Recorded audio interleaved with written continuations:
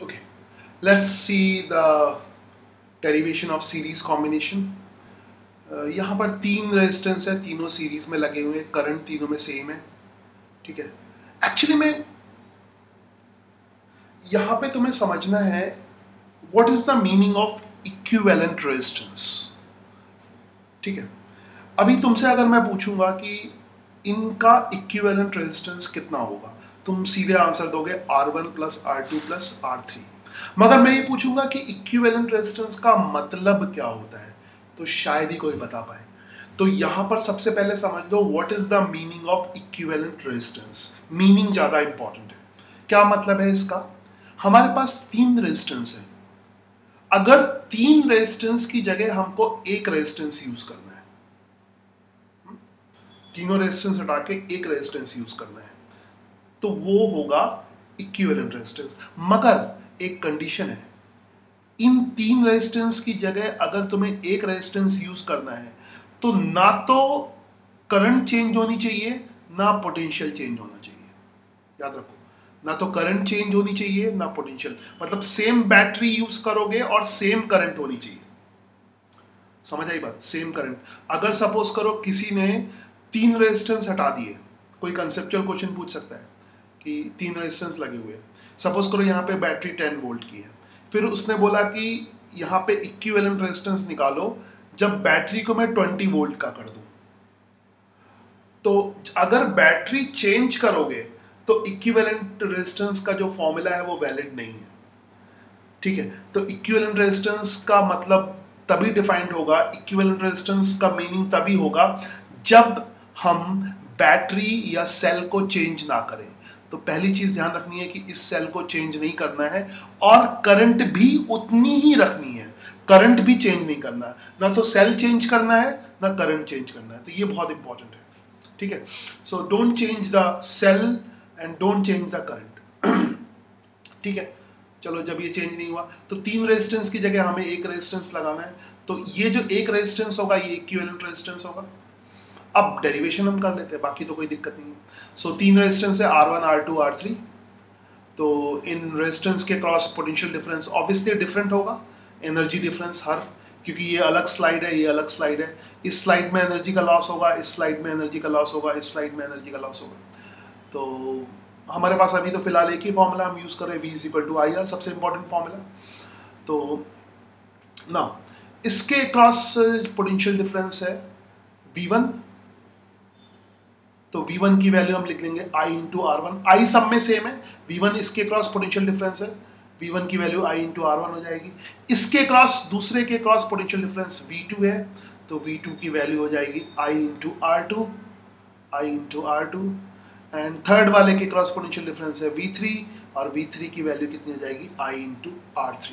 So I into R1, I into R2, I into R3.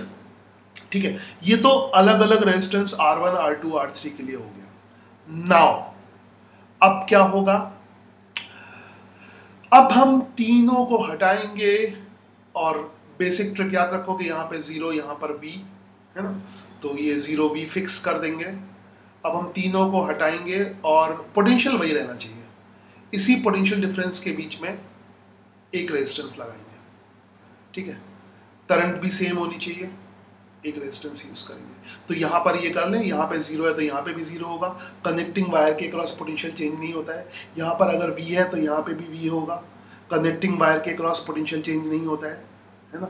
इसमें एक चीज़ बहुत interesting है कि सेम ट्रिक हम बार बार यूज करेंगे. सेम तरह की ट्रिक्स जो है हर सवाल में, हर प्रॉब्लम को करने के लिए, थ्योरी के हर पॉइंट को डिस्कस करने के लिए tricks are same, concept are same. तो अगर एक बार तुम्हें कंसेप्ट पकड़ में आ गया तो पूरा समझ में आ गया. चाहे वो इजी क्वेश्चन हो, डिफिकल्ट क्वेश्चन हो, सब जगह एक ही कंसेप्ट है. नाउ सो सबके cross potential difference obviously different होगा. ठीक है.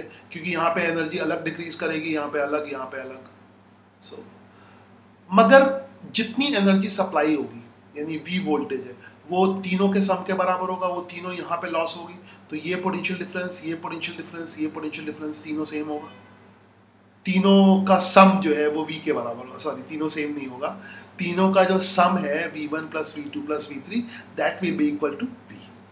तो हम लिख दें V1 की वैल्यू IR1 है, V2 की वैल्यू IR2 है, V3 की वैल्यू IR3 है। सिंपल। तो पहली इक्वेशन तो ये हो गई। अब इनको हटा के इसको कॉमन ले लो, पहले इसको कॉमन ले लिया, I कॉमन हो गया तो V is equal to IR1 plus R2 plus R3 हो गया। डेरिवेशन कोई नहीं पूछेगा, डेरिवेशन सिर्फ यहाँ पर बेसिक कंसेप्ट के लिए है। याद रखो कोई भी नहीं पूछेगा 12th क्लास में कि derive the formula of equivalent resistance of series combination, भूल जाओ ये सवाल, है ना। ये हम लोग डेरिवेशन सिर्फ इसलिए कर रहे हैं ताकि इसके अंदर का कंसेप्ट तुम्हें समझ में आए और प्रॉब्लम सॉल्व कर पाओ। नाउ अब हमने तीनों को हटा के एक रेजिस्टेंस लगा दिया, है ना, इक्विवेलेंट रेजिस्टेंस लगा दिया। तो इक्विवेलेंट रेजिस्टेंस क्या है? RS के बराबर है। RS is equivalent resistance. This is equivalent resistance. Just a minute. This is equivalent resistance. RS लगा दिया। Now, अब भी करंट वही रहनी चाहिए, करंट वही है, सब कुछ वही है। यहाँ पे potential difference of V minus zero होगा। तो करंट सेम है तो V माइनस जीरो को हम I इंटू RS लिख सकते हैं, है ना। यहाँ पे V माइनस जीरो को V क्या लिख सकते हैं? I into RS। दोनों साइड I कैंसिल हो जाएगा और RS is equal to R1 plus R2 plus R3 हो जाएगा। तो जो रेजिस्टेंस होगा वो तीनों रेजिस्टेंस के सम के बराबर होगा। तो ऑब्वियसली अगर सम होगा तो ये जो सम की वैल्यू है किसी से भी ज़्यादा होगी। सपोज करो एक रेजिस्टेंस है 2 ओम, दूसरा 3 ओम, तीसरा 4 ओम, 2, 3, 4, इनका सम क्या आएगा? 9।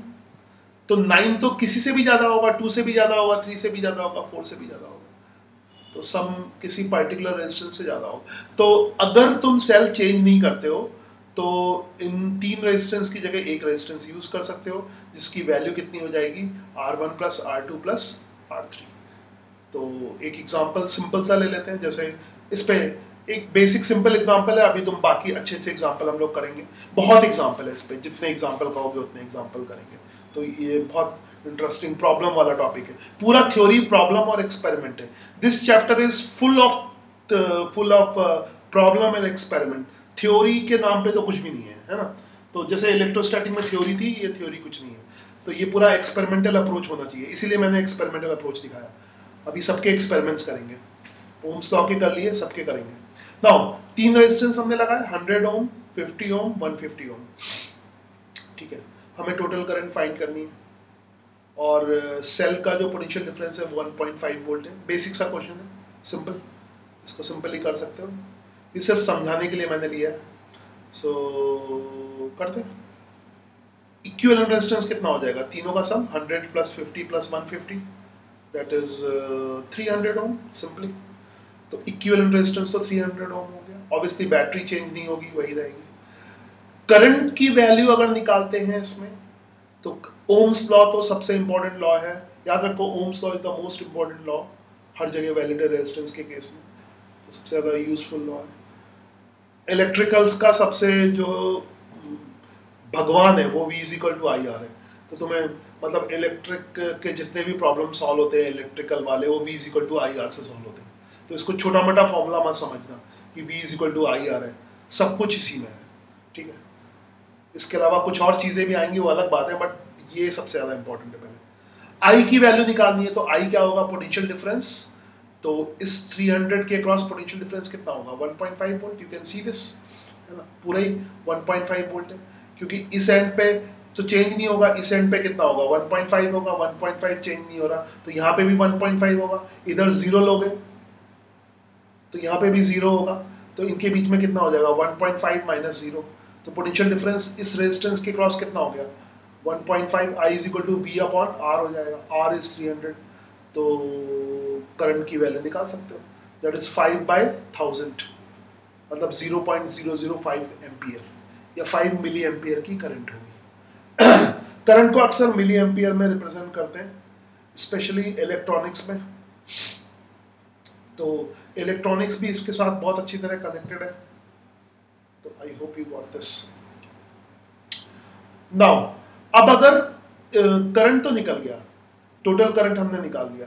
अगर इसमें पूछा है कि 100, 50 और 150 के क्रॉस पोटेंशियल डिफरेंस कितना है, क्योंकि करंट तो तीनों में सेम है, तो इसके क्रॉस पोटेंशियल डिफरेंस V1 हो जाएगा, इसके क्रॉस V2 हो जाएगा, दूसरे के क्रॉस तीसरे के क्रॉस, तो I तो सब में सेम होगी, तो V1 की वैल्यू कितनी हो जाएगी I इंटू R1 तो I कितना है हमारा 5 मिली एम्पियर है ना, या 5/1000 लिख दो एम्पियर में, 5/1000 मिली को ये वाला सॉरी ये वाला डेटा यूज कर लो, तो V is equal to I की वैल्यू 5/1000 इंटू 100, तो पहले वाले रेजिस्टेंस के क्रॉस पोटेंशियल डिफरेंस कितना हो जाएगा, दैट कैलकुलेशन 0.5 वोल्ट। सिमिलरली दूसरे वाले के क्रॉस निकाल दो V2 इज इक्वल टू क्या हो जाएगा, करंट तो उतनी रहेगी 5/1000